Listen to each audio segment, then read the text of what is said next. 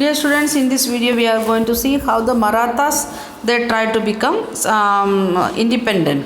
The Maratha kingdom was another powerful regional kingdom to arise out of sustained opposition to the Mughal rule. Shivaji in 1627 to 1680 carved out the stable kingdom with the support of powerful warriors family, and that is Deshmukh family.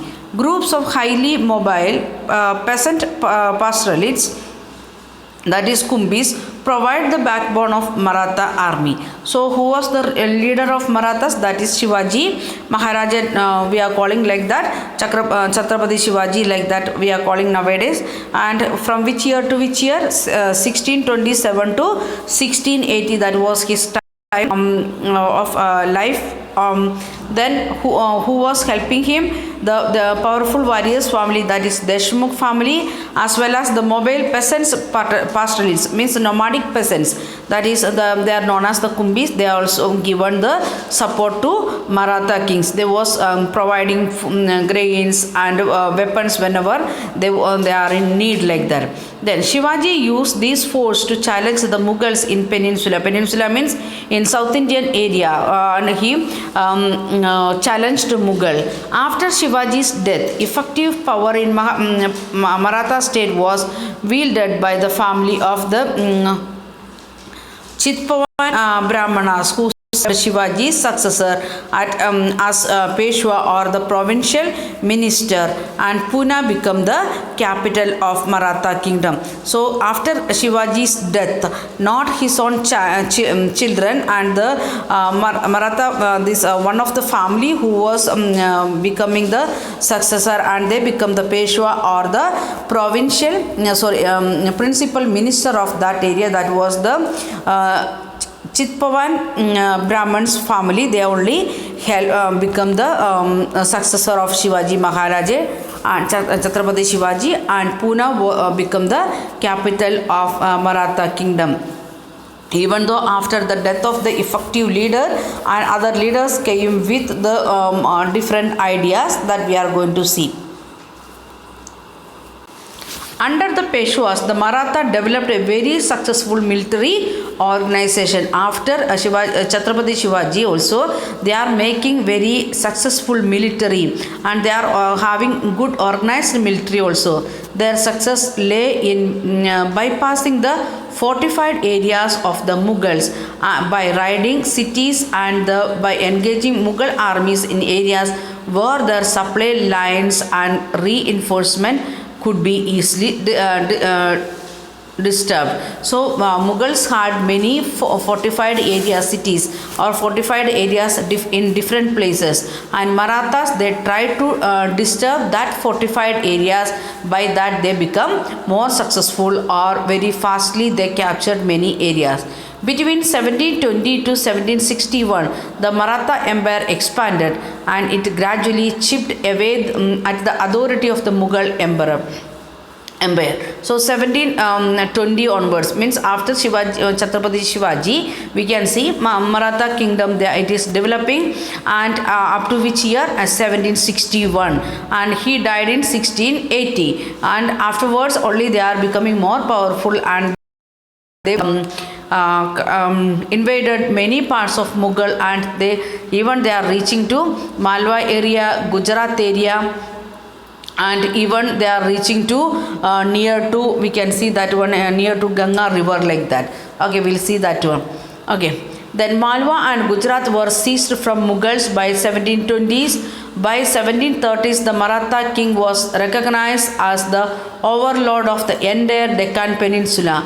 He possessed the right to levy Chauth and Sardeshmukhi in the entire region. So in 1720s they are starting with getting the power in their hand from Malwa and Gujarat area, that we have seen it was before with whom the Rajput kings, that it is coming back to Maratha kings instead of Mughals.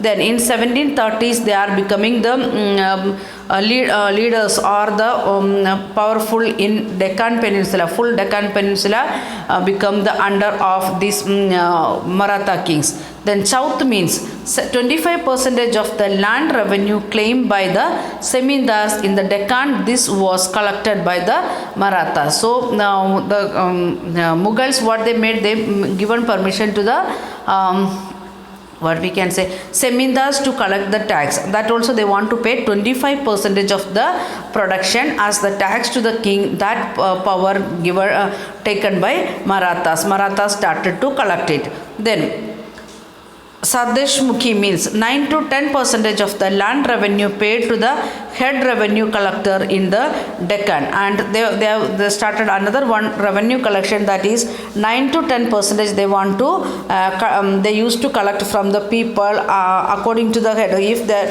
4 members are the paid to the head revenue collector, that they are collecting 25%, that is for the giving to the Mughal emperor really, and the 9 to 10% they are giving to collecting that for collector purpose, the collector of that tax revenue collector head person to that purpose. So like that totally they was collecting 35% of the tax from the people. After raiding Delhi in 1737, frontiers of the Maratha domination expanded rapidly into Rajasthan and the Punjab in the north, in Bengal and Orissa in east, and into Karnataka and Tamil Nadu and in Telugu countries in south. So if we can see that when the Maratha king they reached to Delhi and even in northern area, and the Rajasthan and Punjab, that is the northeastern area, then western area, and Punjab and Orissa, that is in the eastern side, and even to the south side if you are looking Karnataka and up to Tamil Nadu they reach. These were not formally included in the Maratha Empire, and the areas what we are discussing nowadays, that is not included in the Maratha Empire, but were made to pay tribute as a way to accepting Maratha sovereignty. And expansion brought enormous resources, but it came at a price. These military campaigns also made other rulers hostile towards Maratha. As the result, they were not inclined to support Marathas during the Third Battle of Panipat in 1761. So Marathas, they become more powerful, or they reached even to the northern side, and they reached to southern side also, and it was not like that Mughal kings or like that, but we was giving the tribute and like that to the Maratha kingdom. But this military, they had the well organized military, that's why other small kingdoms like our Pallavas, Pandavas, like that kings, they got or Cholas, Cheras, like that kings, they got angry with Marathas, and they was not ready to support the what we can say Maratha kings. So they become failure in the Third Battle of Panipat in which year 1761.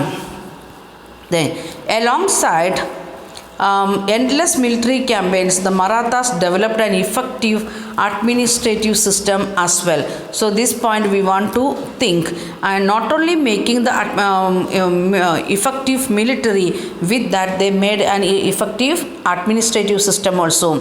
Once conquest had been completed, the Maratha rule was secure. Revenue demand were gradually introduced, taking local condition into account. So when they got power, when that time become little bit peaceful, what they done, they started to think about the revenue, how much they want to collect. According to the local condition, they started to collect tax. So it is giving a peaceful situation to the people. Before there was compulsory, they was giving 35% or 36% as revenue. Here Maratha kings started to think about the local conditions or climate, weather, like that things, when they was collecting tax. Agriculture was encouraged and trade revived. This allowed Maratha chiefs, Sardars like Scindia of the Gwalior, Gaikwad of Baroda, and Bhonsle of Nagpur the resources to raise powerful armies. So not only the reviewing the tax in with that what they done, they encouraged agriculture as the same time trade also. So many people they become powerful and they started to make their own army. Then Maratha campaign into Malwa in 1720s did not challenge the growth and prosperity of the cities in this region. So when Maratha was taken Malwa area, the growth and prosperity of that area never got any challenge from these Maratha kings. Ujjain expanded under Scindia patronage and Indore under Holkars, and they are giving one by one area under one person, or they want to look after that area. And the Ujjain area it is given UP area, it is in MP, and that area given in the hands of Scindia, and the Indore area that again in MP that is given to the Holkars. By all the accounts, these cities were large and prosperous and functioned as important commercial and cultural centers. So Indore and Ujjain. Now also if we are looking, we can see the most cleanest city of India that is present also, it is Indore only. So we can see that one in commercially, culturally, that areas become the center of India. New trade routes emerged within the areas controlled by Marathas, and the silk produced in the Chanderi region now found a new outlet to Pune. So they are we said that have seen that one trade, they encourage the trade also. So what they done, they are giving the starting the new trade routes, and wherever it is possible silk like that things, they are giving the direct outlet to the big cities.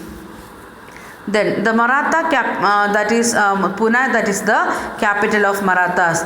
Then Burhanpur, which had earlier participated in the trade between Agra and Surat, now expanded its hinterland to include Pune and Nagpur in the south, and Lucknow and Allahabad in the east. So the one of the area that is the Burhanpur, that is near to Indore only. The present it is in the what we can say border of Maharashtra and Madhya Pradesh. That Burhanpur, they had connection with Agra and Surat in starting. Later they started with Pune and Nagpur, and again they went to the eastern part, that is the northeastern part, that is Lucknow and Allahabad. So that like that trade also developed under the leadership of Marathas. So then also the Marathas never got the total helping from the people of the area where they was ruling, because the hostility between the small kingdoms. Okay, we will continue next day. Thank you. Have a nice day.